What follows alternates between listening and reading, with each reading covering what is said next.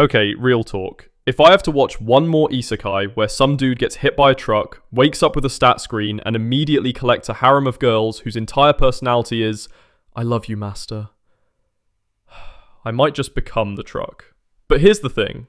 Buried underneath that mountain of copy-paste garbage, there are isekai anime that are genuinely, legitimately, no asterisk needed, good. Like, actually make you feel things good. Make you think good.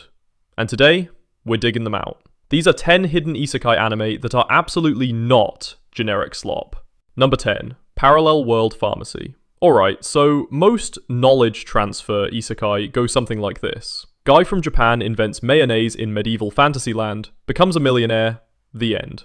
Riveting stuff. Parallel World Pharmacy said, nah, what if our protagonist actually knew something useful? Like, medicine. The main character is a medical researcher who dies from overwork, which, Japan, maybe we should talk about that? And reincarnates as a noble boy in a world where healthcare is basically pray about it. And here's the kicker. His magic? It only works if he knows the actual molecular structure of what he's creating. He can't just wave his hand and make healing potion. He has to visualize the chemical compound. It's like if your chemistry homework could save lives. The real villain here isn't a demon lord. It's tuberculosis, and corrupt medical guilds, and the Black Plague. It looks kinda generic on the surface, I won't lie. But the script density on this thing? Way higher than it has any right to be. Think medical drama meets fantasy. House MD, but the patient is an entire kingdom. Number 9, Kyosogiga. Now this one... Okay, how do I even explain Kyosogiga? Imagine if Fooly Cooly and Japanese folklore had a baby, and that baby was raised by a family of dimension-hopping immortals trapped in a mirror version of Kyoto. Got it? No? Yeah, that's fair. The story is basically about a girl named Koto who crashes into this frozen pocket dimension swinging a giant hammer looking for her mum. And the whole thing is really about family. Specifically, a broken one trying to figure out how to move forward. There's no demon lord, no levels, no stats. The villain is emotional stagnation. It's an isekai about wanting to escape fantasy and get back to reality. Visually, honestly, it's kind of insane. The animation literally bleeds outside the lines on purpose. It shifts frame rates mid-scene. It splices in live-action footage. It's art house chaos in the best way. Fair warning though, you gotta surrender to the flow on this one. It doesn't hold your hand, but if you let it wash over you, it hits different. Number 8. From bureaucrat to villainess, Dad's been reincarnated. Okay, so the villainess isekai genre is basically its own industry at this point, right? Teenage girl reincarnates as the villain of an otome game, must avoid doom flags, probably falls for the crown prince anyway. We've seen it 100 times.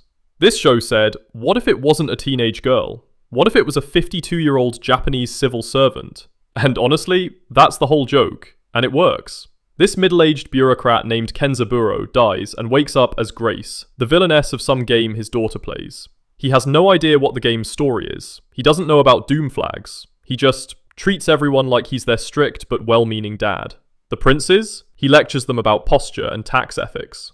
The heroine he's supposed to bully? He keeps accidentally protecting her because that's just what dads do. The best part is that the game characters interpret all his stern, you need to file these reports correctly energy as like, mysterious, noble dignity. It's a beautiful misunderstanding loop. And before you ask, no harem. Kenzaburo spends half his internal monologue missing his wife and daughter back in Japan. He's too busy being a dad to be a protagonist. Number 7. Handyman Saito in Another World. Alright, quick question. Have you ever watched an isekai and wondered, wait, who's carrying all that loot? What happens when their armor gets dented in the middle of a dungeon? Who organizes the inventory? No? Just me? Well, Handyman Saito answered those questions anyway. Saito is a locksmith and repairman who gets isekai'd. He gains no powers. His stats are completely average. He's not the chosen one, he's just a guy with a screwdriver. And yet, he becomes essential. Because while the overpowered mage is busy forgetting his spells, and yeah, the mage has dementia, we're going there, Saito is picking locks, repairing gear, and keeping the party functional. Speaking of that mage, Morlock, the show actually handles his memory loss with both comedy and genuine tragedy. It's surprisingly touching for what looks like a comedy series. Also, if you're enjoying this list so far, drop a like. Helps more than you'd think. Number 6. Recreators. This one's a reverse isekai. Instead of someone going to another world, fictional characters from anime, games, and light novels get pulled into our world, into Tokyo. And they have to confront the fact that all their suffering, All their wars and trauma was written by humans, for entertainment. Let that sit for a second. The main villain is literally a fan fiction character who wants to destroy reality for making her suffer. And honestly, I kinda get it. There's this one scene where a magical girl uses her signature attack, you know, the one that's all sparkles and friendship in her show. And in the real world, it just devastates a city block. Blood everywhere. Because physics doesn't care about genre conventions. The show is basically asking, what do we owe the characters we create? What does it mean to write suffering for someone else's enjoyment? It's dialogue heavy, I'll warn you. But every conversation matters. This isn't a battle show pretending to be smart. It's actually smart. Number 5. No longer allowed in another world. Okay, so how do I pitch this one? The protagonist is basically Osamu Dazai, the famous Japanese author, you know, No Longer Human, that Dazai, who gets isekai'd right before completing a double suicide. He arrives in a fantasy world and immediately starts looking for a poetic place to die. That's the premise. He has 1 HP, he's addicted to sleeping pills, he does not want to be here. And because he has 0 survival instinct, he's genuinely terrifying to the monsters. Dragons don't scare a man who was trying to die 5 minutes ago. The show uses him to absolutely demolish generic isekai protagonists. There's this one guy with a mind control harem, and Dazai doesn't even fight him. He just psychoanalyzes him into a breakdown. It's beautiful.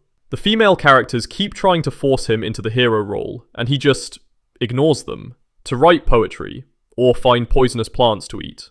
It's dark comedy done right. And honestly, it's the funniest show on this list. If your sense of humor skews morbid, this is your thing. Number 4. Dead Mount Death Play. This is from Ryogo Narita, the guy who made Bakano and Durarara, so you already know the vibes. Chaotic ensemble cast, intersecting plot lines, urban fantasy.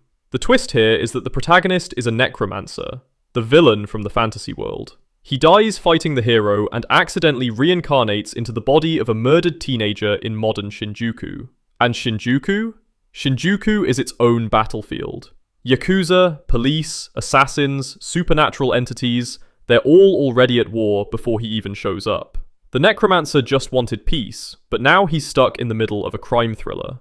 And because he's a necromancer, his magic adapts. He uses drones and internet servers as mediums for spirits. It's genuinely creative. Oh, and he befriends the ghost of the kid whose body he stole. They're basically weird roommates now. Honestly, leave a comment if you've seen this one. I feel like it got buried, and I want to know if anyone else remembers it. Number 3. The Faraway Paladin. If you want classic Tolkien-style fantasy done right, this is it. William is a human boy raised in a ruined city by 3 undead. A skeleton warrior, a mummy priestess, and a ghost wizard. They teach him combat, magic, and faith. When he comes of age, he swears an oath to a goddess and sets out to become a paladin. It sounds simple, and it is, but it's sincere in a way that almost no isekai is anymore. Religion here isn't a joke or a corrupt institution. Will's power literally comes from his oaths. If he breaks his word, he loses everything. There's actual weight to his choices. There's also no game UI, no stats. Will measures his strength by how tired he is after a fight. Revolutionary concept, I know. His core relationship is with Manel, a half-elf archer, and it's just a really good platonic bromance. They've got each other's backs. Will builds a community around him, not a harem. It's slow, it's atmospheric, it rewards patience. And honestly, it's the most genuine piece of fantasy I've seen in years. If you're still here, by the way, hit subscribe. I make lists like this regularly, and clearly we've got similar taste. Number 2, Ishura. Okay, picture this. The Demon King is dead. Someone killed him. Nobody knows who.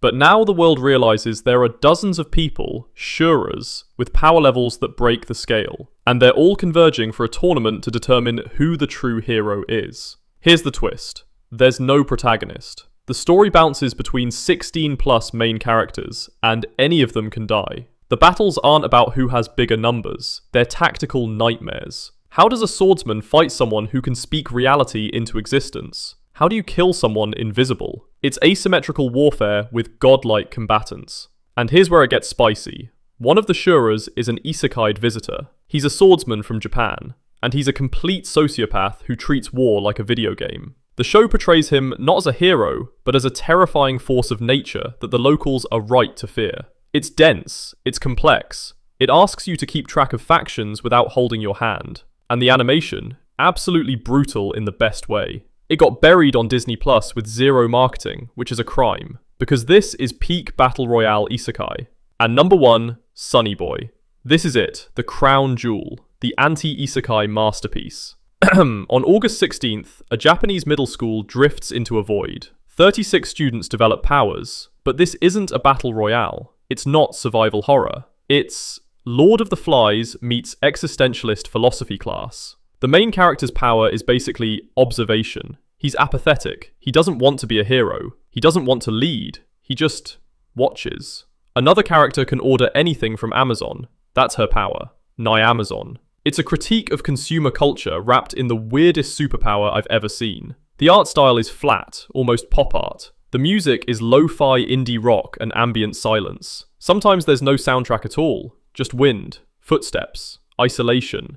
And the ending? Without spoiling anything, the goal isn't to conquer this new world, it's to leave it. The characters fight to return to a boring, normal reality where they have no powers. They choose to be nobodies in the real world over gods in a fake one. That's the ultimate subversion. That's the thesis statement. Sunny Boy is weird. It's slow. It refuses to explain itself. And it is, without a doubt, a masterpiece. If you want more recs that respect your time, check out my video on 10 hidden anime so good you'll finish them in one night. It's right there on screen. Click it. I'm Top 10 Guy. See you in the next one.